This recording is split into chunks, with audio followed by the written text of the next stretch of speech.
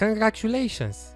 If you are watching this video, it means that you want to learn ethical hacking and network security and prepare yourself for the interconnected world of the future.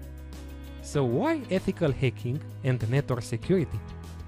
Maybe you've already heard about a lot of hacks on the news, from corporations that have been hacked and lost hundreds of millions of US dollars, to government hacking like the Russian hackers who have been accused of tampering with the voting system in the 2016 US presidential election. In a world that's becoming more and more connected, network security becomes extremely important for both home networks as well as networks in the business world. Most networks and devices could be exploited if not properly secured.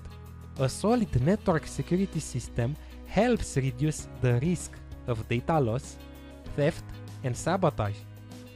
It's expected that cybercrime will more than triple the number of network security-related job openings over the next years. Today, cybersecurity-related jobs are in the top highest paid in the computer science industry. Learning ethical hacking and network security now could be the best decision of your career.